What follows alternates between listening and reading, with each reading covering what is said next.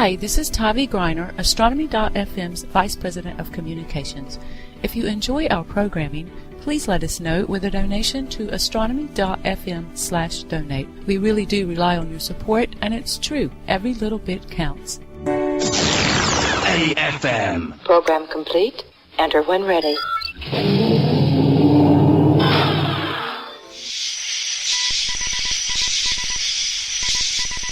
The curtain of night is drawn back. The telescopes are trained. The domes are open. The audience is set. Now, step into the event horizon. 3. Good evening, everyone, and welcome to the event horizon here on Astronomy.fm radio. It is another Friday evening. This one is September the 21st, 2018. Friday evening, 9 o'clock in the evening for those of us here in the eastern portion of North America. So that would put it at Universal Time, 1 o'clock in the morning, Saturday morning, September the 22nd. As I said, 1 o'clock in the morning. So we're live right now for the whole next hour. Hoping you'll join us in the chat room. So far we've got you and me, Nick. We've got Glenn, Fred Hopper, StarStorm, Evil Spock, and Archman. A couple. I don't remember Archman being here. I think Fred Hopper's been here before. So welcome everybody in our chat room. Appreciate you all coming in. Of course, that is available to anybody listening 24/7. Just go to the homepage and you'll see it says radio chat. So. I'm also going to interrupt you there, Marty, and remind everybody that hopefully by tomorrow afternoon, the podcast or the vodcast of the show will be up. I will put it onto the AFM Facebook page. Okay. And it will have the links and everything. Actually, it seems to be doing quite well. Mm-hmm. Good. Yes, Evil Spock, we found you. We found Vulcan. People seem to like it. All right, they get to see the Event Horizon graphic I nicked off the AFM Facebook page. I think Marty and I need to get our heads together and get some new pictures that we can just put in that you can look at. Probably pictures of us and a few new Event Horizon graphics. What do you think, Marty? I think so. I think some old pictures of us would be better than new pictures of us, though. Because the new pictures are the old pictures, and the old pictures would be looking newer. I suppose. But as I say, it does mean that we are getting the podcast out there. I know it's a bind. It's on YouTube, and it's not something you can download easily to your podcast catcher, wherever you use. But we are working to get this done, and I will ask our resident genius on the webs when we can expect to have everything back to normal. I can also ask him for the password to the AFM YouTube page, so I can put everything up there as well. So, but it's on my Facebook group. I'm actually going to hive it all off and set up an independent channel for the Event Horizon. I've done that for Comet Watch, and a lot of people seem to like that. So instead of having to work your way through my bits and pieces, so we have a official Astronomy.fm webpage. Yeah. We have a non-official Astronomy.fm webpage, which I started. It was one of the first ones actually, but I've deferred that one over to our other one. I still keep it there. And then we have a YouTube channel. Is that what you're saying? There is an official AFM YouTube channel, but I don't have the password, so I can't upload to it. So you didn't start it then? So somebody else started it for us. This has got about 2 or 3, I think 3, maybe 4 shows on it. Okay. This was something that was beginning to happen. All the shows were getting put over to YouTube. Okay. But with everything else going on the primary server disaster, it stopped. Now I'm quite happy. Gotcha. If Rob and Tavi are okay with it, of actually using that YouTube page and putting everything there. As I say, I have an independent channel for Comet Watch. That was at the request of the Comet Watch group. They kind of like the idea that they've actually got their own channel. Mm-hmm. So. And do we also have a Astronomy.fm Twitter thing too? We actually have an Event Horizon Twitter. I just got to remember how the heck to get into it. Again, you need the password. Is that what you mean? I've got to remember what the password is. That's what I mean. Yeah. But I will get that sorted out eventually. And so that was you set up the Twitter page then? Is that what you're saying? I set the EH Twitter accounts up. Yes. Oh, Event Horizon Twitter account. Yes. But not the AFM Twitter account. Not the AFM one. But we do have an AFM Twitter account. Yes, we do. That's what I understand. Got it. All right. Because I know that up for a while when I was posting pictures I'd imaged through iTelescope, Tavi was transferring them over to the AFM Twitter account. Oh, good. Okay. But I should have to get started on that again as well. Yeah, I got to get back into stuff too. I've got a Wednesday night Space Pirate Twitter account. I've got some other Space Pirate Facebook page too. So. Now, I want to go back in time a little bit, back to May of this year. Okay, so... actually, this is something that we were discussing before the start of the show, actually. Okay. With Rob. Put your passwords into the cloud. I put them on Post-it notes and put it on the monitor. They wouldn't survive very long. I've got a nice, big, powerful desk fan here. When I turn it on, even my bobbleheads move. Yes, I have bobbleheads. I have Lieutenant Commander Uhura, I have Einstein, and I have Teddy Roosevelt, before anybody asks. Okay.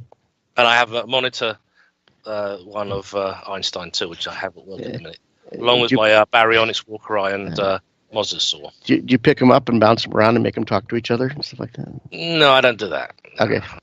I'm not that... deeply into it. I just collect a few. There's a few I liked. I collect the science ones. Okay. It's a case of that's just the way I am. I like the science ones. And almost nobody has a back shelf on their window anymore to put those on in their car. True. But we can see them on the webcam, Marty. What can we see on the webcam?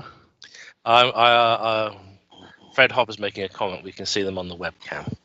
I think he's trying to wind you up. Anyway. Oh, the bobbleheads. Yes. Gotcha. Red Shirt 3 has a Sheldon bobblehead on his Mac. Okay. I'm not alone, you see. Mm-hmm. Anyway, so China back in May launched a relay satellite for their Chang'e 4 moon rover. Why? Because they're actually going to send it into parts of the moon where there is no direct radio contact with Earth. So let me clarify here. We have a relay station, but do we actually have a rover? China. China's supposed to be launching that around November, December time. Gotcha. Okay, so not yet for the rover, but they have the relay station. Got it.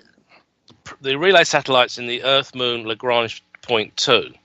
It's about 40,000 miles beyond the lunar far side. The satellite will set up shop there and wait for Chang'e 4. Now, this is the really great bit, because this is something I can do, and I suspect even Rob can do this, is that as radio amateurs, we can actually task it to take pictures of the moon and get them delivered to us by email from the Chinese Space Agency.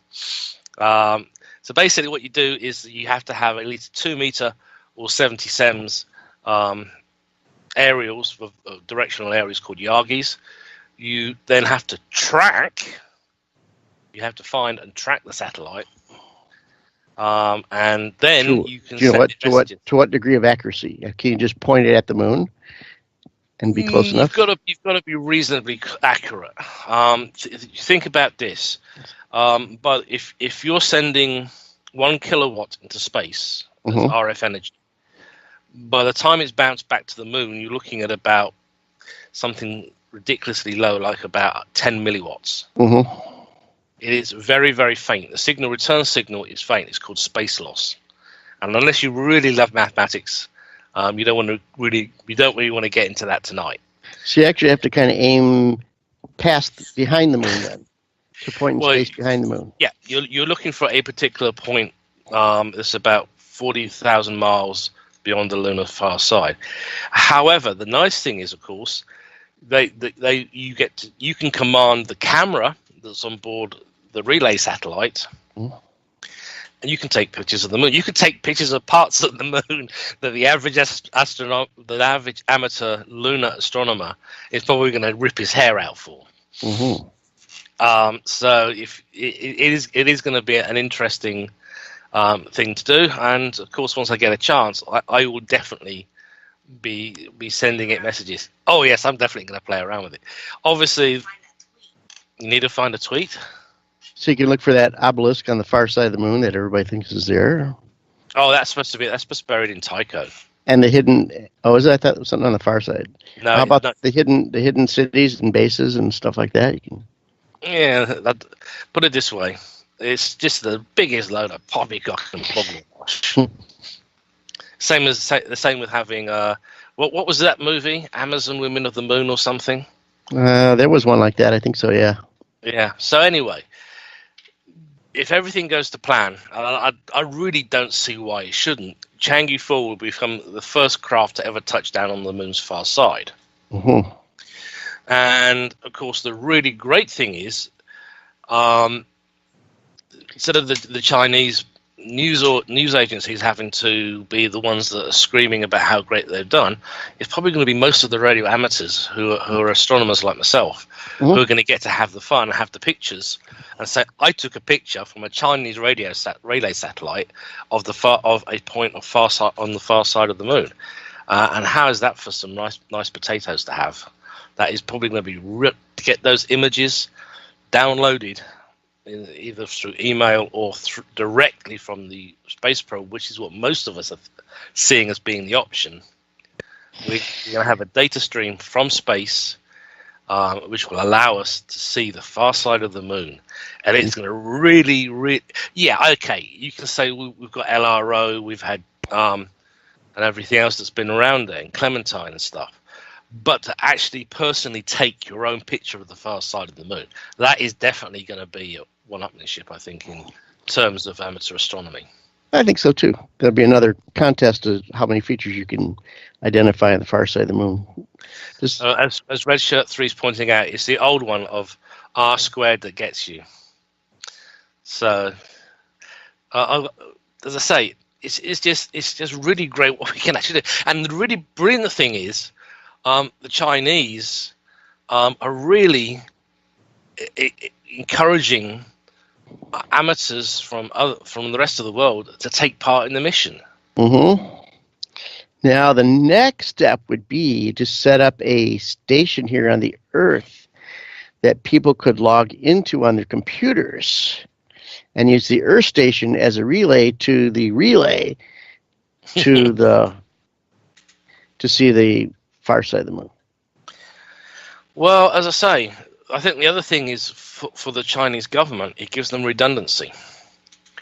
Because if radio amateurs are able to access the satellite, it means that they have an alternative. If something happens to their ground station or there's a problem, that they have an established bunch of geeks, no other better word for it, or nerds, call it what you want. But I always thought they were sweets over here, nerds. But yeah, it means that they actually have people they can work with to communicate and to actually make sure they don't lose any data. I think I'm misunderstanding. So you said it's going to be an amateur radio relay station out at L2. Is that what you said? Well, what they're doing is the robotic camera on the thing is going to be accessible by amateur radio. On the rover? No, on the satellite. Oh, so okay, that's it. So they're going to have they're going to have a satellite at L2 on the backside of the moon, and that is also you can also contact it with a amateur radio station here on the Earth, right? Yep. Okay. And you can ask it. You can tell it where you want to take pictures of the far side of the moon. So, and that's also a relay station for the future rover on the moon. That's going up. Supposed to be going up at the end of this year. Yes. Gotcha. Okay. So yes. So it's actually a two-part satellite. One relay for the rover, and one basically direct contact with a camera. Actually, it's a three package. Okay, what else? Because there's also a radio. Yeah, hang on a second. There's also a radio astronomy package called the Netherlands-China Low Frequency Explorer, which is going to hunt for radio emissions from the universe's infancy, study space weather, characterize the radio environment of the Earth-Moon system, and a whole lot of other things. It's a Pathfinder experiment. Mm-hmm. The idea is to aid in the design and development of a future radio science instrument that could study the heavens from a perch in space or on the moon. Okay. So that it's also going to have two microsatellites, Longjiang 1 and Longjiang 2, which will also do radio astronomy research. Now, they've got the main relay, which will have a camera that can be commanded by radio amateurs from Earth. Okay. It's going to have two microsatellites that's going to do some radio astronomy research. Okay. It's going to have a joint collaboration with the Dutch government for a low-frequency explorer so that they can observe the radio environment of the Earth and Moon system. So these guys, they're really doing some really heavy stuff. They're multitasking this. Now, apparently,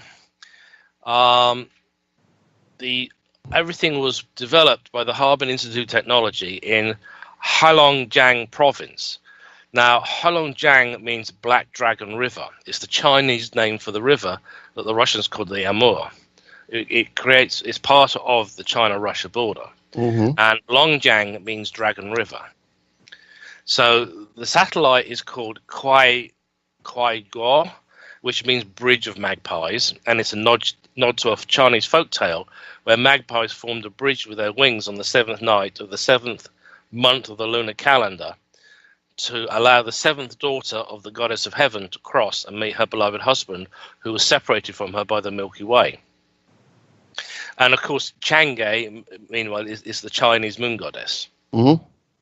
Now, the program's been going for about a decade, and it is notching quite a few milestones. So it is really, really nice to see other people, other countries doing what is really foundation science. And it's going to be really good to have a really good look at the moon. Now, LRO, Clementine, and JAXA's mission, yes, they were doing some terrific imaging and science, but it's nice that another country is doing this. So we have a lot more information, and the Chinese are being very willing to share the information. Now, I'm being told to look back into the chat room.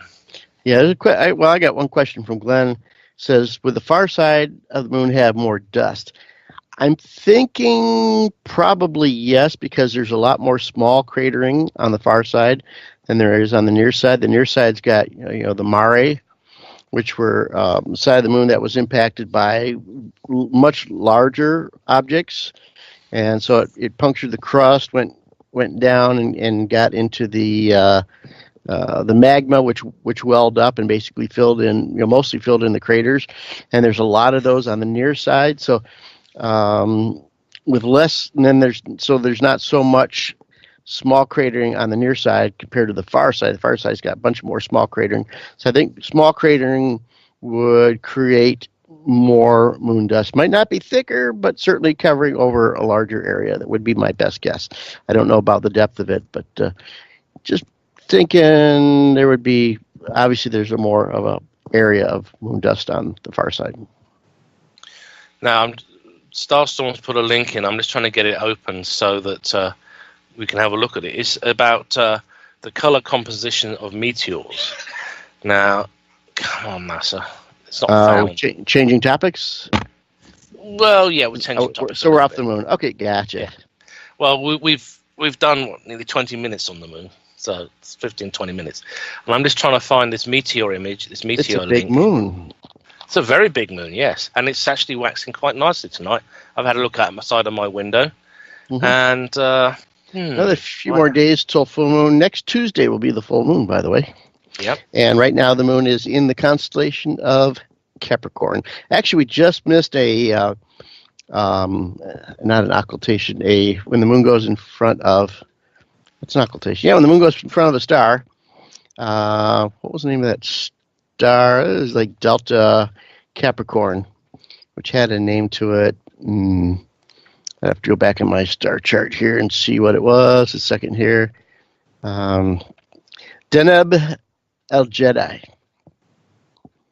I think that's like the fourth brightest star in the constellation of Capricorn. The moon covered it about an hour ago. That would have been like heavy twilight for us. So possible to see it, but it was kind of low a little bit then too towards eastern horizon. But yep, did go in front of that star, and we just missed it. Now I'm trying to get this link open, Okay. and it's not working for me. I've asked StarStorm to PM me separately with it so we can try and get it open. The one that's in chat? Yeah, the All right. Meteor one. Let me click on it and we'll see. Nope, this is not found, so. Yeah. All right. Okay, let's see if this will open now. No, I'm still not having it open. That's weird. All right. I'm trying to remember where did we see this star? I originally saw the Where did it come from? on AFM? from AFM on Twitter, AFM, okay. but I couldn't get to the actual link unless I did a Google search. Okay, so I'm just going to pop onto the AFM page. Colors of meteors telling Yes. composition. I thought I'd seen one of those Yeah, in the past, but yeah, I saw it a week or so ago on the page. So I'm just popping along there and see what I can pull up. all right. So let me just go back a couple of stories too in the NASA website, see if anything comes up easily. If not, we'll roll into something else until we get there. All right. Or you want to look for it, and I'll go on to. Yep, I'll go look for it. Yeah. All right. So coming up Saturday, September the 22nd. Obviously, that's to us. That's tomorrow, right in the middle of the afternoon for us here in the Eastern Time Zone, just before 2:00. Launch of the JAXA cargo spacecraft to the International Space Station. So tune into NASA TV for that. See, coverage starts about 1:30 in the afternoon, our local Eastern Daylight Time here from the East Coast of North America. So that'd be a cool one. I assume it's going to launch and from JAXA, but I think that's what. Let me click on it, see if that tells us the story where it's going to launch from. I know you'll be able to watch the coverage from NASA here. Let's see. Oh, it's there. All right. Might be delayed. Delayed due to inclement weather. The Japanese is now targeting one. Oh, it already was delayed, so it's supposed to launch earlier. So, yep. So that would be in Japan, so where it's going to launch from. Now I think I found. Go ahead. HTV-7 cargo spacecraft. Yeah, I think I found a link about it, but I want to make sure it's the same one because I'm rapidly scanning through the AFM page right now, and of course it's deciding it's going to do the fun thing, which is storm. All right, yeah. keep going till you get a clean one. I'll go on to a couple other stuff. Tonight, a while ago actually. Close enough for tonight. Venus is at greatest illuminated extent, is what they're calling it. So I think it's the greatest brilliance. So what happens is when Venus goes around behind the sun, even though it's not lined up with the sun, we have it basically a full Venus, and then it goes and becomes more gibbous, and then kind of about halfway at a right angle between the sun, the Earth, and Venus. Venus looks like it's halfway lit up, kind of like a first quarter moon, and then from first quarter moon it becomes a crescent phase. And there's a kind of a balance point where the crescent is. It's also getting bigger because it's coming between the Earth and the sun. So there's a point where it becomes a thinner and thinner crescent, but it also becomes larger and larger in apparent diameter. And there's a point where the light coming off of Venus makes Venus the brightest it'll be for its entire orbit. So that's coming up. That's actually like right now. So if you look at Venus with a telescope, you see it in a crescent phase, and you'll also see it actually really, really bright right now. So get a look at Venus. It's great time for taking pictures of a crescent Venus because almost any camera, like point and shoot camera, your cell phone camera, just held up to a telescope in the eyepiece, click it, and it's a real short exposure. So it's actually pretty easy. Now, as you keep watching Venus, it gets closer and closer towards the sun, and then it's going to, set below the horizon, and we'll have to wait for it to come around behind the sun and get into and pass in front of the sun, I should say, and appear back in the morning skies again. So, but as it's getting closer and closer to the sun, it's getting bigger. No, stop. It's getting bigger, and the crescent is getting really thin. So it's actually pretty cool. See a fairly big but really thin crescent Venus. It's kind of one of the views of Venus that I really like. Kind of like when people, take a picture of a nice thin crescent moon around sunset there. Venus gets that way too. It's pretty nice to see. Let me know when you're good, because I'll go on. Okay, Eureka. Eureka. I've got part of it, yes. Eureka, as the doctor would say. Okay, so now this is probably, it's going to be interesting to see if this actually works, because I'm having to literally pull the link off the Facebook page. So, okay. Now, I'm just going to click on that. Yes, it's loaded. Okay, so colors of a meteor, it depends on its chemical composition. Mm-hmm. So some colors are given to us because of the way of the actual chemicals in them. So, and this gives you a very nice little diagram of what causes the colors in a meteor, and it's going through and it's streaking through the air as it ablates and burns up. So you have purple calcium, yellow sodium, the lovely bright green that some of us see as see in some of our friendly comets is magnesium. Having said that, though, in the comets it's not magnesium, it's cyanogen. So, and of course there's the iron, which is also a very yellow one, and what do you call that? Pinky purple, purpley pink for nitrogen, oxygen. More red. More red. Okay, so that's Sort one of the red pinkly purple. Yeah. There you go. And the first person that says My Little Pony will get Mike Collins. But Won't be me. very sensible, dear. Anyway, so and there was another link which was a part of the article which I will pull up. Let me just get that to load. And now this is Cornell. Just looking at the general color of the meteor, because I know what they do is get a picture of the meteor using a spectrum grating with the camera, so you can actually get a spectrum of the light coming from the meteor as it burns up, and that should give you its more detailed chemical signature too. So there you go. The links off the Facebook post on the air, and that's what actually caught StarStorm's attention. Ah, good. Good, isn't it? It's kind of interesting. And if you use diffraction grating spectrometer, you can actually see the lines of the spectra for yourself, and you can actually image all of this, which I think is perhaps even more fun. Yeah, it's more fun. So, and of course the other link I have, which was being so pain. I'm remembering it's family friendly. There we go. That was the actual link I was trying to get open in the first place. Now it will work.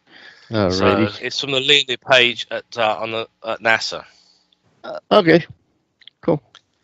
Because most people lost a little bit there. think about it. I wonder what's actually the color. There you go. StarStorm. Say it. Pretty colors. Thank you. Some of the colors are from a live show.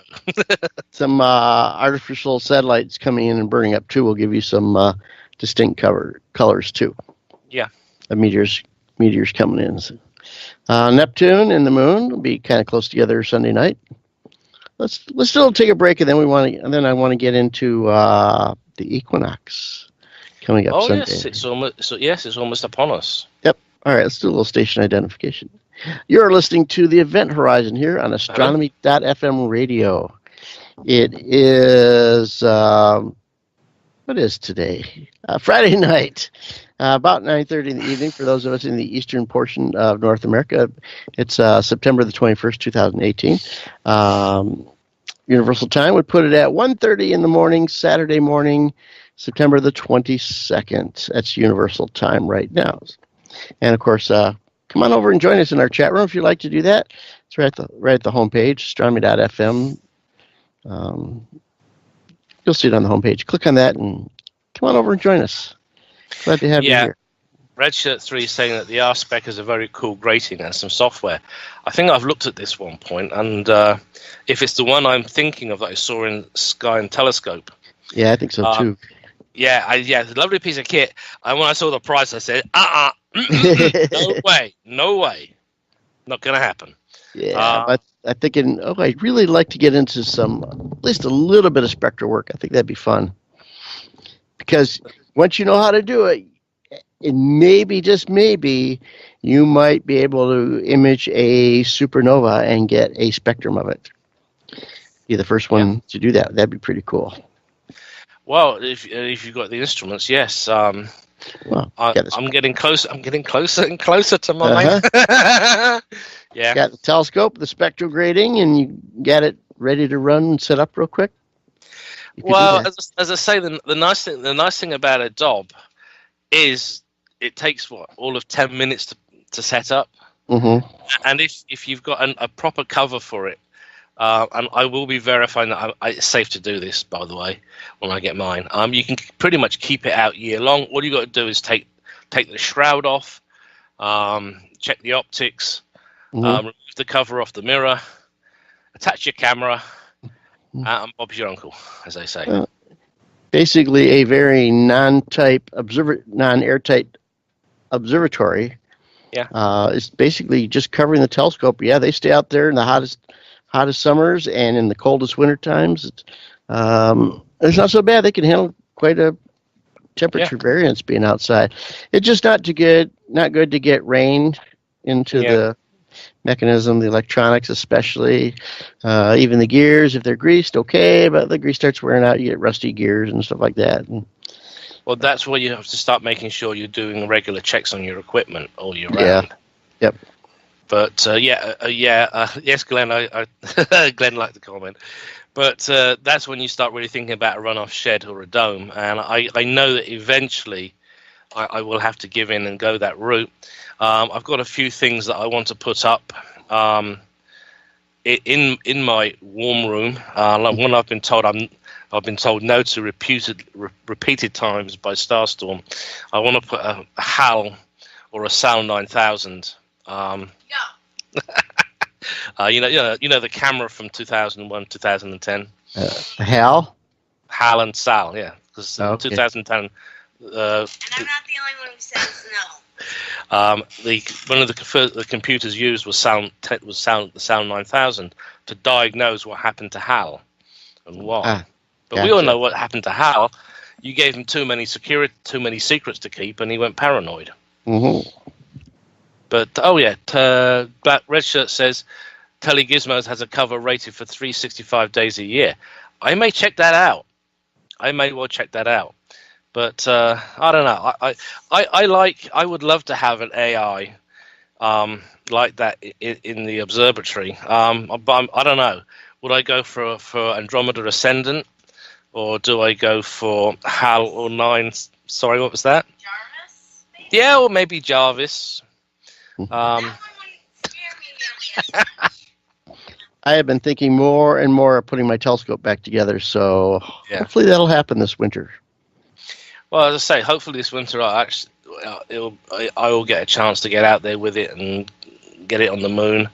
I know that once I have it delivered, my good friend Ryan is going to come up here and deliver it and help me set up, and we will probably put a few videos and stuff up on the Facebook and stuff of our fun. And of course, just that, and of course, all the food and everything that's going to be around. You know me, I love to cook. Well, yeah, it was kind of hinted at that IBM were the beginning and HAL was midway, and it was the Iberna that the company that built HAL was, which was another nod to IBM, I believe. So there was awful lot of nods to IBM with HAL. So it was kind of nice. There was lots. In fact, thinking about that, Black Projects actually tipped me off to this. If you watch 2010, when what was the doctor who went on the guy who originally sent the Discovery out? He's having a consult with one of the White House guys. Dr. Smith? No, it's not Smith. No, can't remember what his name was. It was one of the he wasn't really much in the first book. No, not Chandra. He actually designed HAL, and Chandra passed away on the trip home because he'd done what he wanted to do, which was understand what happened to HAL. But it was the guy who created the mission and everything. He's talking to one of the White House guys, and in the background is an old chap sitting down on a bench. That was Arthur C. Clarke. Dr. Floyd, Haywood Floyd. Thank you, Rob. Haywood Floyd. So Haywood Floyd's talking to this White House guy, and you see an old man come into shot, sit down on a park bench. That was Arthur C. Clarke himself. Ah, okay. Yeah. And that character made HAL. Well, it was Chandra that designed HAL. Okay. But it was Arthur who... so Chandra's... I just get it clear. So Chandra was HAL's baby daddy. Chandra was HAL's father, an inventor, yes. He also had built a computer called SAL 9000. Chandra... So Arthur C. Clarke probably went up to HAL one time and said, "Oh, I am your father, HAL." No, unfortunately, there would not be a Darth Vader and Luke Skywalker scene. You never know. Nah. They might have. But it was nice that he got a walk on, even it was just a very brief shot of him sitting there. Red Shirt 3, you're going to have to contact me and tell me all about that panel. I'm so curious. I just want the panel. I don't care about the echo or anything. I just want the panel. Okay. No idea what you're talking about. Okay. So let's go on. I want to go on to last week was a satellite was launched with the ISAT 2 satellite. It's an Earth environment satellite. It was actually going to be measuring like the ice caps around the poles and using lasers to image Earth's surface and stuff like that. But in with that whole mission, there were actually 2 CubeSats that went along with it, and they're actually built by the students at UCLA. And the 2 CubeSats are called Alphen A and Alphen B. And what they're measuring is the flow of electrons around the Earth. So basically, the electrons that were coming from the Van Allen belts got trapped in some magnetic fields, spiraled around the magnetic fields, and then are crashing into the Earth. So they're like pretty hot little electrons that are coming into us. In fact, some of them are called, they refer to them as killer electrons, because in enough quantity they can knock out satellites, and even more quantity they can, knock out electrical grids on the Earth. So this mission was actually made to measure the intensity of those particles coming down from the radiation belts, and they were built by students at a college. Took them like 5 years to do that, and 250 students participated in it. The energy range on the electrons they're looking for are between 50 kilovolts to 4.5 megavolts. So they're looking for how often do we really get hit? How much does our magnetic field protect us from some of the stuff that's actually coming out there? Quite a fair bit. What gets through? Yes. Now, whilst Marty was going out, I actually found a very interesting story. It's from Sky and Telescope. Okay. The Magellanic Clouds may have been once upon a time a trio instead of just a duo. Yeah, okay. Okay. Okay, and okay, so here's the story there. It's in chat. The Milky Way's two largest companion galaxies may have been a threesome, but Gaia but data from the Gaia satellite leaves the satellite's history an open question. Now, they are a very familiar sight to anyone who lives in the southern hemisphere or has imaged in the southern hemisphere. So what they're thinking is that there is a herd of stars allegedly orbiting in an opposite direction from the rest of the galaxy. So Benjamin Armstrong and Kenji Bekai of the University of Western Australia argue that in their study, which appears in the monthly notice of the Royal Astronomical Society, October 11th, this is happening. So this is something that is new, because it's always been thought that it's been a galactic duo, kind of like Batman and Robin, I suppose, or Captain America and Bucky. Slipping that one to see Starstorm's face. Say what? Captain America and Buffy, did you say? Oh, well, I brought DC in, so I brought Marvel in. Anyway, so they thought that maybe these stars came from another galaxy entirely. But the scenario when they ran it as being from a collision worked out quite well. So they were running computer simulations in which the LMC collided with a smaller dwarf galaxy about 3 to 5 billion years ago. Now, the outcome was an LMC that looks very much like it does in the real one today, with a small population of stars moving against the others. And there's actually a video on there as well showing the companion galaxy merger.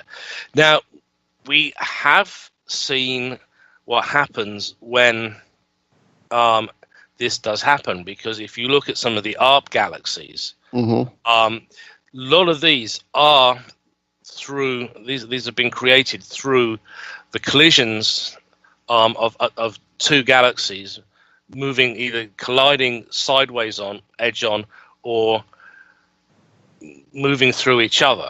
So this isn't really a new thing, but it's something that's only really been recently realized about the Magellanic Clouds. So what do they think? Maybe there were several dwarf galaxies that were orbiting the Milky Way that may have actually been satellites of the Magellanic Clouds. It's an open question. And the other thing is, of course, most times you're looking for a cannibalized companion. Now, that may not be needed in this case. In a lot of cases, that is the case, where one galaxy has stripped stars from another.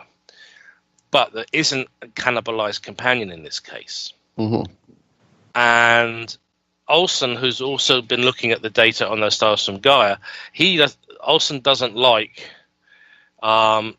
he says the evidence is not there, that they're cancer rotating. And this is Knut Olsen from the National Optical Observatory. And he's apparently co-authored a 2011 paper reporting on the oddball stars. And I really do apologize if I pronounced your name wrong. I'm doing my best.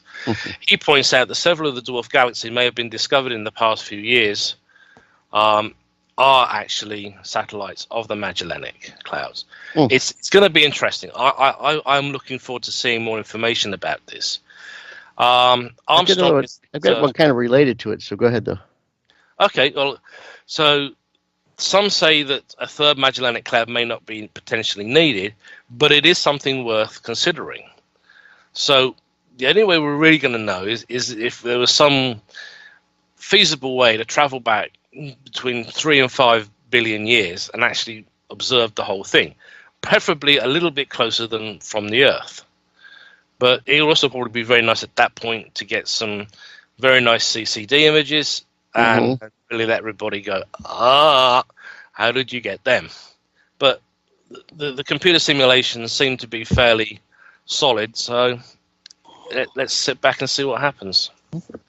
Speaking of the Gaia satellite, there's some.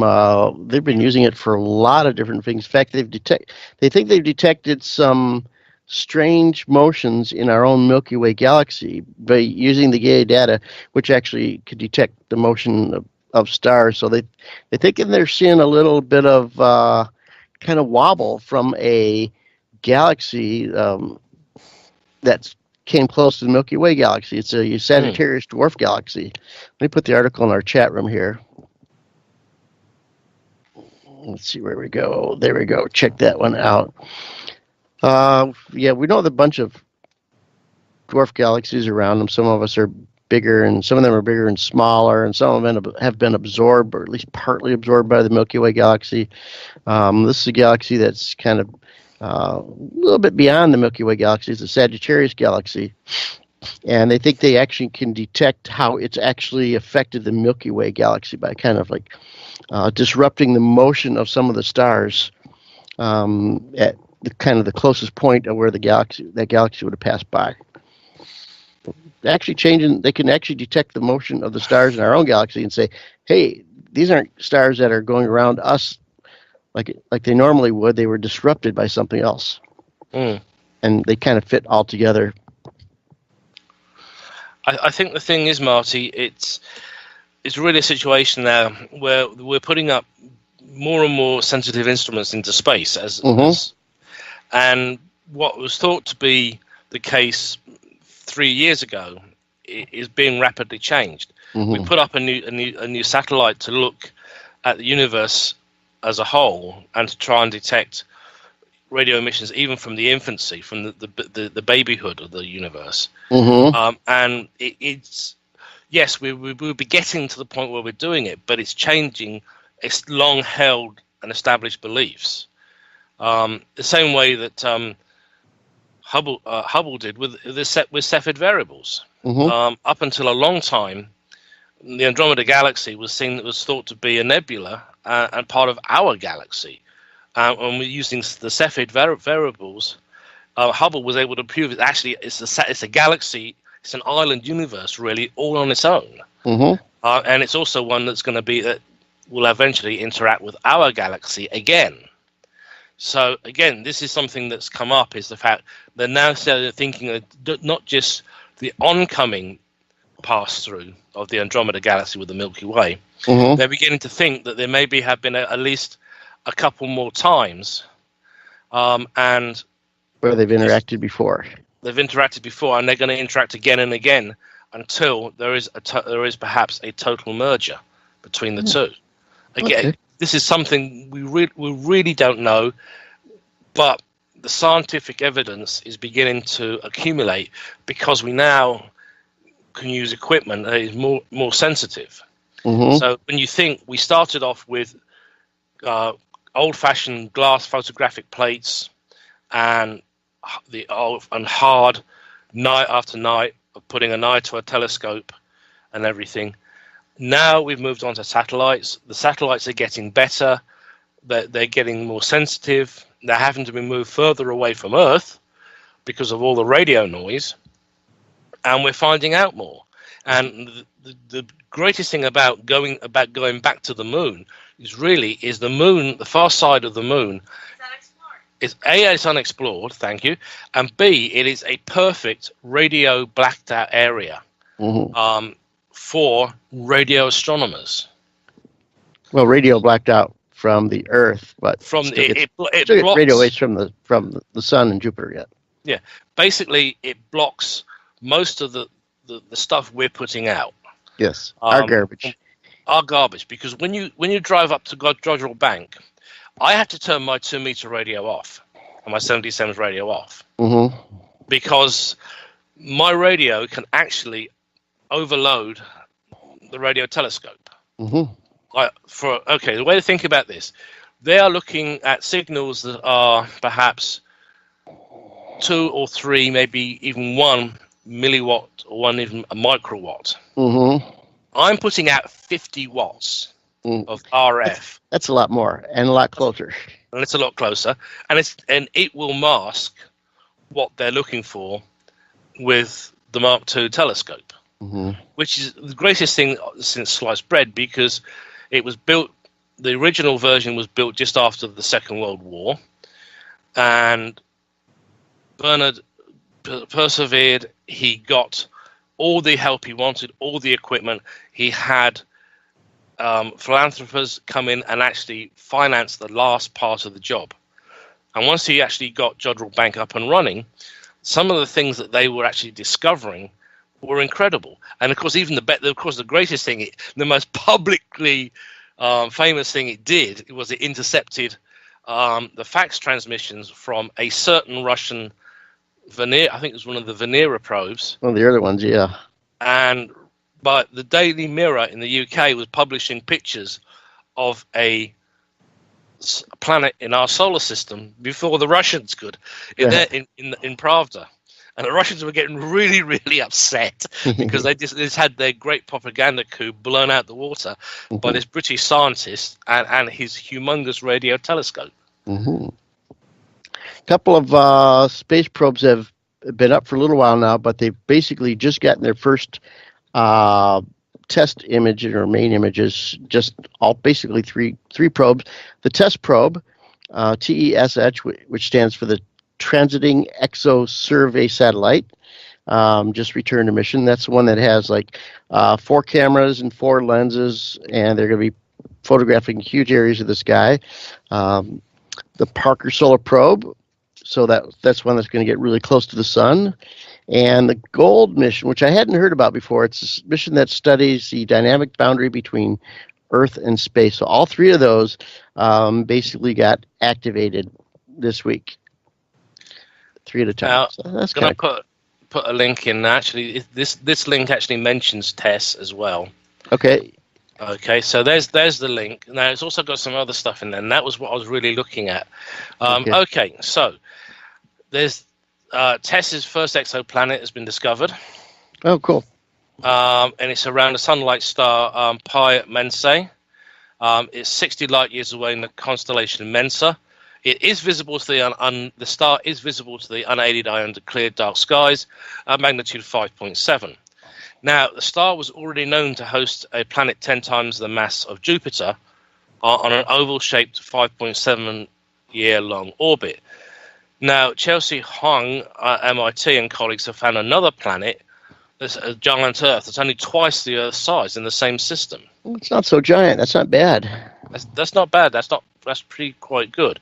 So now you've got a giant Jupiter, and you've got something that's twice the size of the Earth. Now, with the detection from TESS, the team went back to archive data collected by the AAT and the HARPS instrument at La Silla, and actually confirmed the planet's existence, and they've nailed down its mass to between 4 and 5.7 times that of the Earth. Okay. So that's based on its average density. This super Earth probably does have a rocky or iron core surrounded by light molecules such as hydrogen, helium, water, or methane. So it's likely too close to the planet's surface for much starlight to get through there. But so studying it via transit spectroscopy will be difficult at least. But the star's proximity and the planet's proximity rather, and the star's brightness make the system a promising target for other studies. It's only just begun. Its All-Sky survey started on July 25th, and it's released its first light image this week. Expect much more.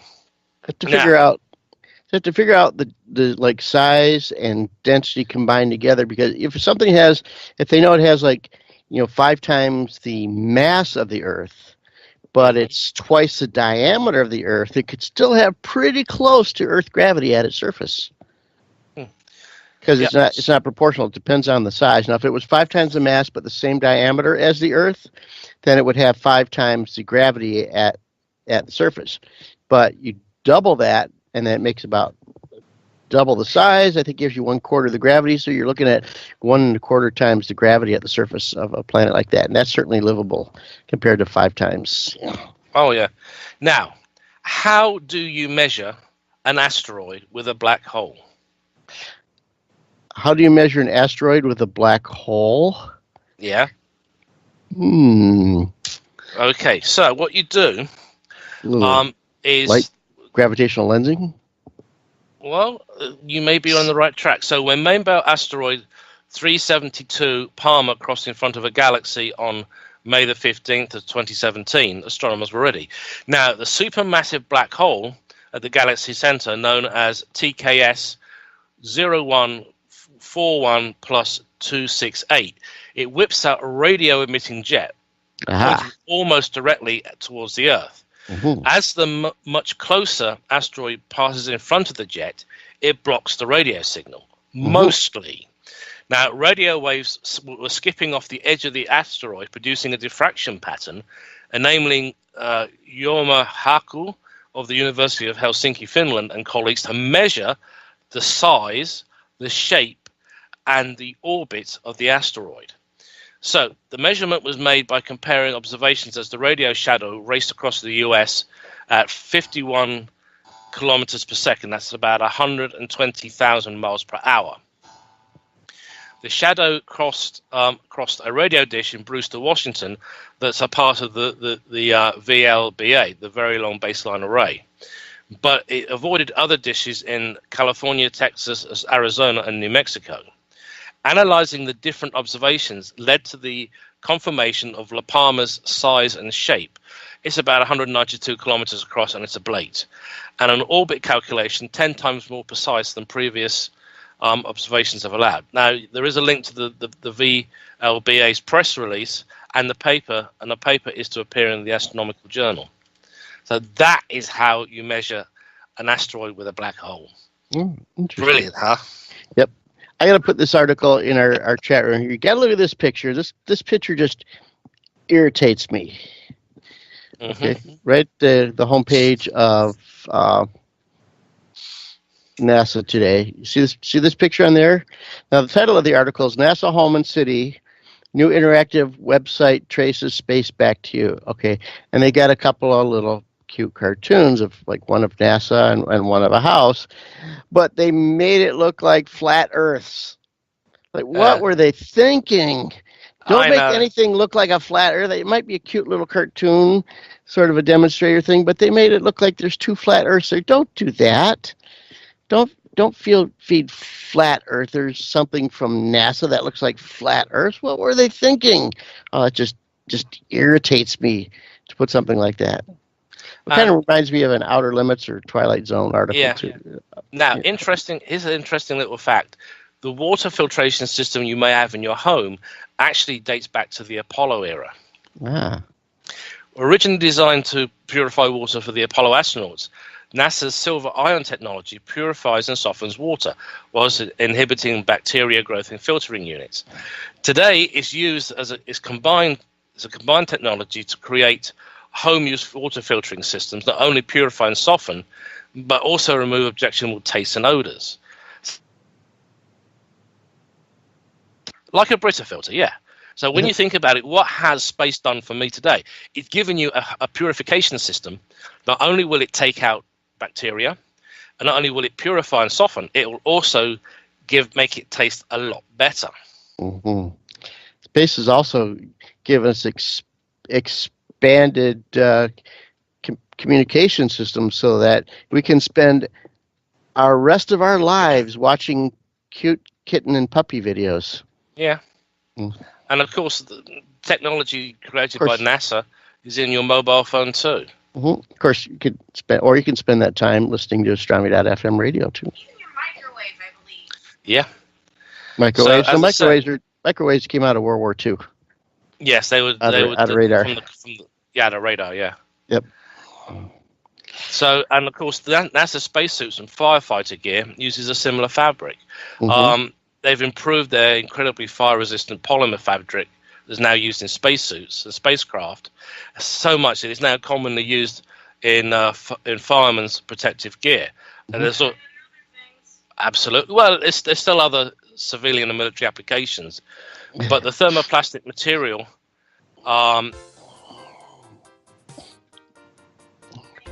protects people working in the most extreme environments or situations where high strength and wear resistance is required. You know, have a good look at the page because they tell you an awful lot of stuff. Okay, so we got to whip through the equinox real quick too, because the equinox is Sunday. So basically, approximately equal night, equal day, but not exactly because it's more based on the center of the sun instead of the edge of the sun's hitting the horizon and stuff like that. So it's kind of close, but anyways, halfway between spring and fall, depending on where you live. Anyway, this is the Or away something team, else like the that. Captain Sam. 3 to beam up. It's time we came home. I think Good so. night, too. everyone.